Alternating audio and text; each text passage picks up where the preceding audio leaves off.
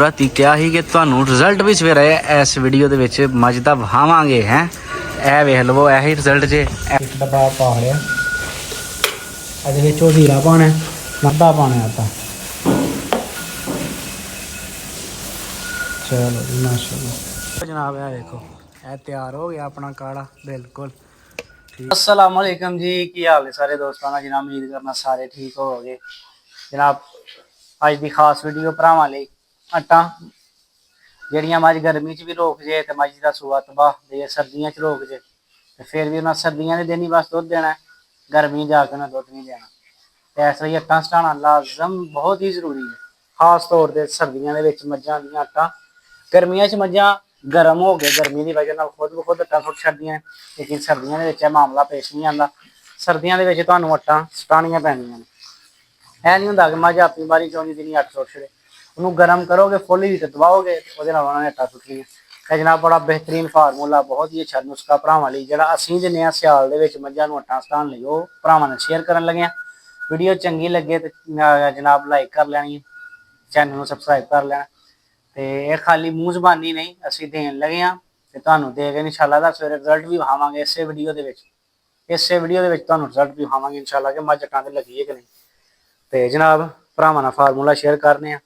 ਸਰਦੀਆਂ ਦੇ ਦਿਨ ਨੇ, मैं डोज बना लगा कट्ठी तिना मईयां दी, ठीक है। लेकिन जो तुसां एक मझ की बनानी हो, मैं तुहानूं भी तरतीब दसन लगा। मैं तिना नूं देन लगा, मैं तिना दी बनाई। सब तो पहला मैं लिया 3 किलो दुध। साहब साहब दुध बहाओ जरा बंदिया। दुध दे विच मैं वेख्या भाप नजर आंदी है भी उड़दी। दुध नूं मैं करा के लिआंदा गरम करवा के इहदे विच पाई 1 किलो चीनी। सब तो पहला चीनी पा के इहनूं मिक्स कीता, चीनी विच इहदे घुर गई। एक मझ नूं देना है 1 किलो दुध लैना है, तिना मझां नूं देना है 3 किलो दुध लैना है। एक मझ नूं देना है तो पा चीनी लैनी है, पा तू ज्यादा नहीं लैनी है थोड़ी, ठीक है। तिना नूं देना है तो किलो चीनी लैनी है। मैं 1 किलो चीनी लई है, 3 किलो दुध लिया। मैं जनाब 2 डब्बे गलकांदे तिना मझां दे।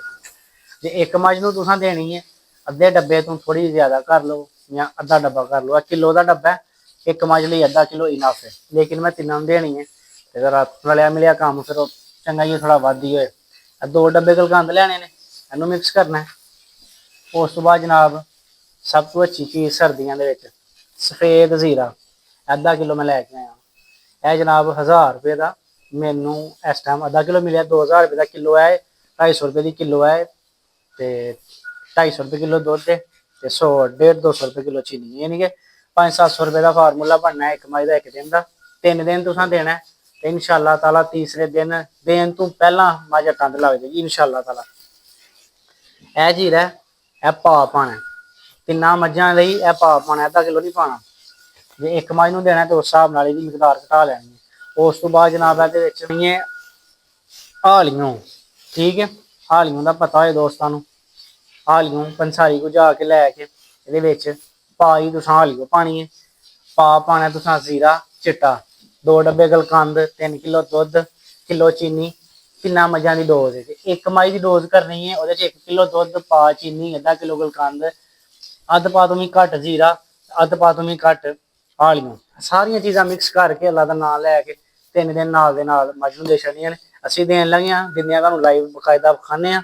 फिर विखाण तो बाद तुहानूं सवेरे दा रिजल्ट भी इस वीडियो दे विच ऐड करके विखावांगा कि वेख लो दित्ता है, अज्ज दित्ता है सवेरे मझ मेरी हत्थां ते लग गई। अल्लाह खैर कीती, झूठ तो पड़ कुछ भी नहीं। अल्लाह मेरे ने खैर की है। इन सारियों मिक्स करके जनाब तुहाडे सामने ढंग के दिन्ने फिर तुहानूं जनाब विखाने कि असर करता कि नहीं करता। लो जनाब ऐड करन लगे असीं एक डब्बा पा लिया। ਇਹਦੇ ਵਿੱਚ ਉਹ ਜ਼ੀਰਾ ਪਾਉਣਾ, ਨਾਲ ਹਾਲੀਆਂ ਪਾਣੀਆਂ। अल्लाह खैर की ऐड करके ਇਹਨੂੰ ਚੰਗੀ ਤਰ੍ਹਾਂ ਮਿਕਸ ਕਰਕੇ ਤਿੰਨਾਂ ਮੱਝਾਂ ਦੀ ਡੋਜ਼ ਤੇ ਤਿੰਨਾਂ ਮੱਝਾਂ ਤੁਹਾਡੇ ਸਾਹਮਣੇ ਦੇਵਾਂਗੇ ਇਨਸ਼ਾਅੱਲਾ। ਦੁੱਧ ਗਾਈ ਦਾ ਪਾਣਾ ਭਾਈ ਹਾਂ, ਦੁੱਧ ਗਾਈ ਦਾ ਜੇ ਗਾਈ ਨੂੰ ਮੱਝ ਨੂੰ ਦੇਣਾ ਹੈ ਤੇ ਗਾਈ ਦਾ ਦੁੱਧ, ਤੇ ਗਾਈ ਨੂੰ ਦੇਣਾ ਹੈ ਤੇ ਮੱਝ ਦਾ ਦੁੱਧ। ਆ ਜਨਾਬ ਦੂਸਰਾ ਡੱਬਾ ਤੁਹਾਡੇ ਸਾਹਮਣੇ ਆ ਦੇਖੋ।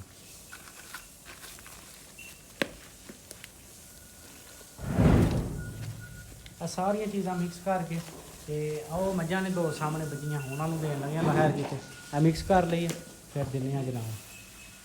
ਪਾਓ ਜੀ ਆ ਬਿਸਮਿल्लाह ਪਾ ਕੇ ਅੱਧਾ ਪਾਣਾ ਆਪਾਂ। चलो जी माशाल्लाह जनाब, है देखो यह तैयार हो गया अपना काढ़ा बिल्कुल, ठीक है। ਵਿੱਚ ਚੀਨੀ ਲੱਭਦੀ ਹੋਣੀ ਹੈ ਤੁਹਾਨੂੰ ਦੋ ਮੱਝਾਂ ਨੂੰ ਦੇ ਲਿਆ ਘੋਲਦੇ ਆ ਮੋਲਦੇ ਆ ਇਹ ਝੋਟੀ ਕੇ ਸਵੇਰ ਤੁਹਾਨੂੰ ਰਿਜ਼ਲਟ ਵਿਖਾਵਾਂਗੇ ਇਨਸ਼ਾਅੱਲਾ ਕਿ ਕਿੰਜ ਦੀਆਂ ਗਾੜੀਆਂ ਟਾਂ ਸੁੱਟਦੀ ਹੈ ਵੀ ਤੇ ਉਹ ਜੀ